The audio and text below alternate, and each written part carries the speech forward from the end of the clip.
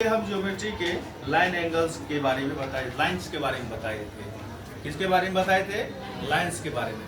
आज आप लोगों को हम बताते हैं एंगल्स के बारे में। सबसे पहले एंगल क्या होता है ये जानना जरूरी होता है। एंगल क्या होता है? The figure formed by two rays with the same initial point is called angle. अब इसका मीनिंग क्या होता है? इनिशियल पॉइंट मीन्स होता है starting point. Initial point means क्या होता है? स्टार्टिंग। जब दो गो रेज एक ही जगह से निकलती है, कहां से निकलती है? एक ही जगह से निकलती है, तब क्या बनती है? एंगल। क्या बनती है तब? वह एंगल। ये अंदर वाला जो है इसको क्या कहा जाता है? इसको इंटरनल एंगल कहा जाता है। क्या कहा जाता है? Internal angle. और ये बाहर वाला जो होता है इसको क्या कहा जाता है? एक्सटर्नल। एक्सटर्नल या फिर एक्सटीरियर भी कहा जाता है। इसको या तो इंटरनल या फिर इंटीरियर, या एक्सटर्नल को या तो एक्सटीरियर। समझ में आ गया? एक्सटीरियर ऑफ एंगल्स कहा जाता है। समझ में आ गया? अंदर वाले को इंटीरियर ऑफ एंगल्स और बाहर वाले को एक्सटीरियर ऑफ एंगल्स। समझ में आ रहा है क्या? उसके बाद देखिए जितना भी यहाँ फिगर चाहे किधर घुमा क्यों ना हो, ये समझ में आ गया? चाहे किधर भी क्यों ना घुमा हो, चाहे वो राइट की तरफ घुमा हो कि लेफ्ट की तरफ घुमा हो कि बॉटम की तरफ घुमा हो या फिर अप की तरफ घुमा हो, सब कंडीशन में देखो तो एक ही जगह इनिशियल पॉइंट में स्टार्टिंग पॉइंट होता है, एक ही है क्या? दो गो रेज से बना हुआ है, एक ही जगह से ये निकल रहा है, इस कारण से ये भी एंगल है। इसका भी स्टार्टिंग पॉइंट एक गो है और दो गो रेज से बना है, इसलिए ये भी क्या है? एंगल है। अब ये भी देखो स्टार्टिंग पॉइंट एक ही है, यहाँ से ये भी निकलती है और यहाँ से ये भी निकलती है, इसलिए ये क्या बनाती है? एंगल बनाती है। समझ में आ गया? उसके बाद हम लोग जानते हैं टाइप्स ऑफ एंगल्स के बारे में। टाइप्स ऑफ एंगल्स मतलब कोण के प्रकार। कोण के क्या होते हैं? प्रकार। कौन कौन से प्रकार होता है? सबसे पहले हम डिस्क्राइब करेंगे जीरो एंगल को। किसको डिस्क्राइब करेंगे?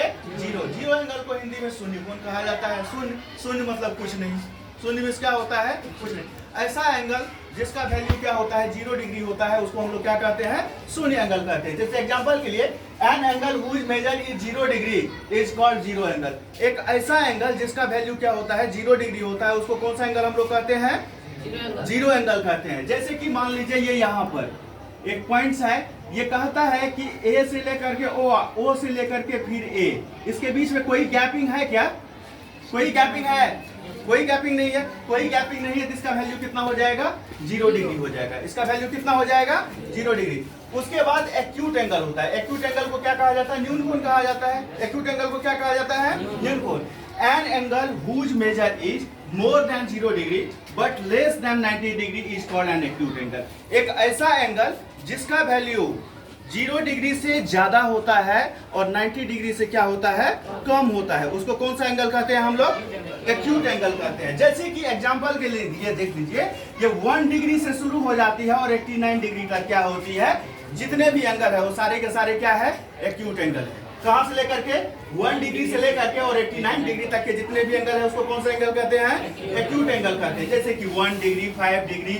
अब डिग्री क्या होता है? किसी भी नंबर के राइट हैंड साइड, किसी भी नंबर के राइट हैंड साइड ऊपर में जो एक छोटा सा जीरो की तरह होता है उसे हम लोग डिग्री कहते हैं। उसे क्या कहते हैं? डिग्री। और एंगल को हमेशा डिग्री में हम लोग क्या करते हैं? मेजर करते हैं। तो ये जितने भी एंगल है वो क्या है? एक्यूट एंगल का एग्जांपल है। उसके बाद वो क्या होता है? Right angle. उसके बाद फिर क्या होता है? Right angle. राइट एंगल मतलब क्या होता है? समकोण। राइट एंगल में क्या होता है? समकोण होता है। An angle which major is 90 degree is called right angle. एक ऐसा एंगल जिसका वैल्यू एग्जैक्टली पूरा के पूरा कितना होता है?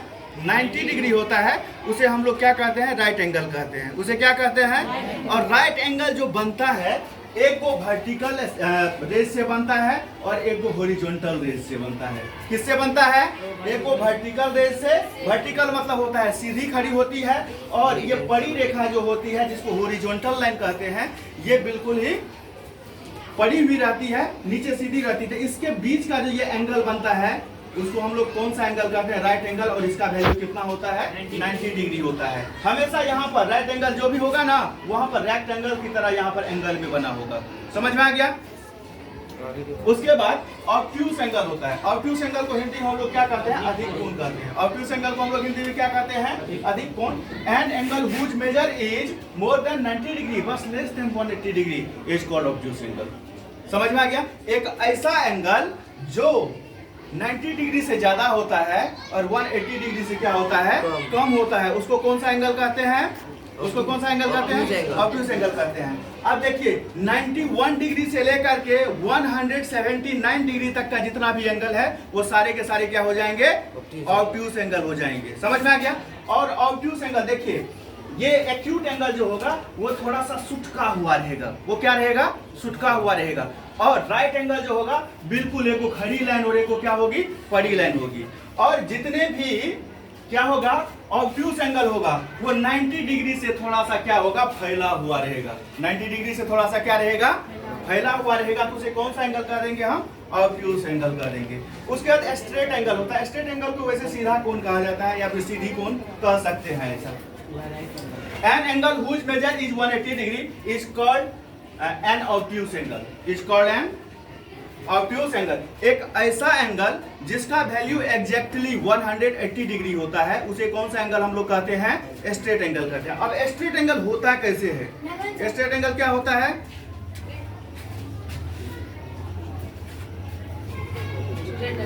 Degree is called straight angle. Straight angle क्या होता है? एक लाइन रहेगा, कोई क्या करेगा? एक लाइन ऐसे डाल देगा और एक लाइन डाल करके बीच में एक डॉट दे देगा और कहेगा ये डॉट जो है, इस पर डॉट का एक साइड जो ये एंगल होती है ये कितने डिग्री की बन रही है? ये कितने डिग्री की एंगल बन रही है? तो ये 180 डिग्री की एंगल बनती है। एक लाइन पर कहीं डॉट देगा, डॉट के एक साइड या फिर लाइन के एक साइड जो एंगल बनती है वो कितना डिग्री का बनता है बच्चा? 180 डिग्री का, 180 डिग्री का। और 180 डिग्री के एंगल को कौन सा एंगल हम लोग कहते हैं? स्ट्रेट एंगल कहते हैं। उसके बाद रिफ्लेक्स एंगल होता है। रिफ्लेक्स एंगल को बाह्य कोण कहते हैं। रिफ्लेक्स एंगल को क्या कहते हैं हम लोग? बाह्य कोण कहते हैं।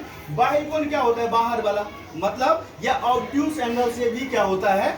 बड़ा होता है। और स्ट्रेट एंगल से भी क्या हो जाता है? बड़ा होता है। ये an angle whose measure is more than 180 degree but less than 360 degree is called the reflex angle. एक ऐसा एंगल जो क्या होता है?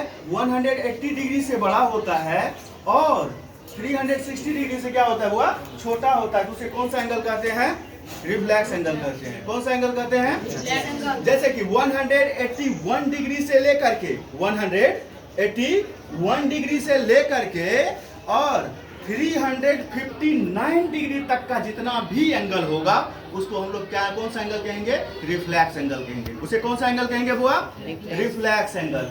अब रिफ्लेक्स एंगल हो गया, समझ में? जैसे कि देख लीजिए यहाँ पर एक हम लोग एंगल पहले क्रिएट कर लेते हैं। एंगल क्रिएट कर लिए तो ये अंदर वाला नहीं, हमको कौन सा? ये बाहर वाला जो एंगल है, ये बाहर वाला एक्सटीरियर एंगल, उसे हम लोग कौन सा एंगल कहेंगे? उसे हम लोग कहेंगे कौन सा एंगल? एक्सटीरियर। बाहर वाला तो एक्सटीरियर हो जाता है, लेकिन उसके बाद इसको टाइप्स कौन सा एंगल का है? ये कौन सा एंगल का टाइप्स है? Reflex angle. रिफ्लेक्स एंगल का टाइप्स है। Very good. तो ये रिफ्लेक्स एंगल मेरा हो गया। और उसके बाद लास्ट वाला है आपका कंप्लीट एंगल। लास्ट वाला कौन चीज है? Complete angle. ये कंप्लीट एंगल को पूर्ण कोण कहा जाता है। An angle whose measure is 360 degree is called complete angle. एक ऐसा एंगल जिसका एग्जैक्टली वैल्यू 360 डिग्री होता है उसे कौन सा एंगल हम लोग कहते हैं? उसे कंप्लीट एंगल कहते हैं। आप देख लीजिए, आप लोग को ये थोड़ा सा माइंड को चेक करने के लिए जो अच्छे बच्चे हैं वो आपसे क्वेश्चन कर सकते हैं। एक डॉट डाल देंगे और कहेंगे कि यहाँ पर कितने डिग्री का एंगल बनता है। एक डॉट डाल करके आपसे क्या पूछेंगे? यहाँ पर कितने डिग्री का एंगल बनता है। तो एक डॉट डाल करके इसके चारों तरफ जो एंगल क्रिएट होती है वो 360 डिग्री की होती है। मीन्स कह सकते हैं कि एक डॉट पर कितने डिग्री की एंगल क्रिएट होती है? 360 डिग्री। एक स्ट्रेट लाइन पर कितने डिग्री की एंगल क्रिएट होती है? 180 डिग्री का। उसके बाद एक्यूट एंगल जो होता है वो थोड़ा सा 90 डिग्री से सुटका हुआ होता है। उसके बाद राइट एंगल जो होता है एक खड़ी रेखा और एक पड़ी रेखा होती है, उसके बीच का जो एंगल होता है वो कितना होता है? 90 डिग्री, उसे राइट एंगल कहते हैं। और ऑब्ट्यूस एंगल जो होता है वो राइट एंगल से थोड़ा सा फैला हुआ रहता है, उसको क्या कहते हैं हम लोग? ऑब्ट्यूस एंगल कहते हैं। एक चीज अब याद कर रखने के लिए हम बता देते हैं, ये zero angle, right angle, straight angle और ये कंप्लीट एंगल, इसका लगभग डिफाइन जो है सेम है। इसका डिफाइन क्या है? सेम है, बस थोड़ा सा मेजरमेंट की क्या है, अंतर है। ये जीरो एंगल का डिफाइन सारा सेम है, यहाँ पर 0 डिग्री है। उसके बाद राइट एंगल का डिफाइन सेम है, सिर्फ यहाँ पर मेजरमेंट में 90 डिग्री है। उसके बाद स्ट्रेट एंगल जो है उसका डिफाइन सेम है, बस मेजरमेंट 180 डिग्री है। और उसके बाद कंप्लीट एंगल जो है उसका भी डिफाइन सेम है, बस मेजरमेंट कितना है, 360 डिग्री। और उसके बाद से ये देखिए एक्यूट एंगल, ऑब्ट्यूस एंगल और रिफ्लेक्स एंगल, इसका भी डिफाइन सेम है। इसका भी थोड़ा सा कौन चीज चेंज है, बस मेजरमेंट चेंज है। क्या चेंज है? मेजरमेंट। तो सिर्फ डिफाइन एक को याद करके और मेजरमेंट माइंड में रखेंगे तो हमको याद करने में प्रॉब्लम नहीं होगी और जिंदगी में कभी भूलेंगे भी नहीं। समझ में आ गया? दिक्कत है किसी को? Have you any problem? No. Okay, thank you.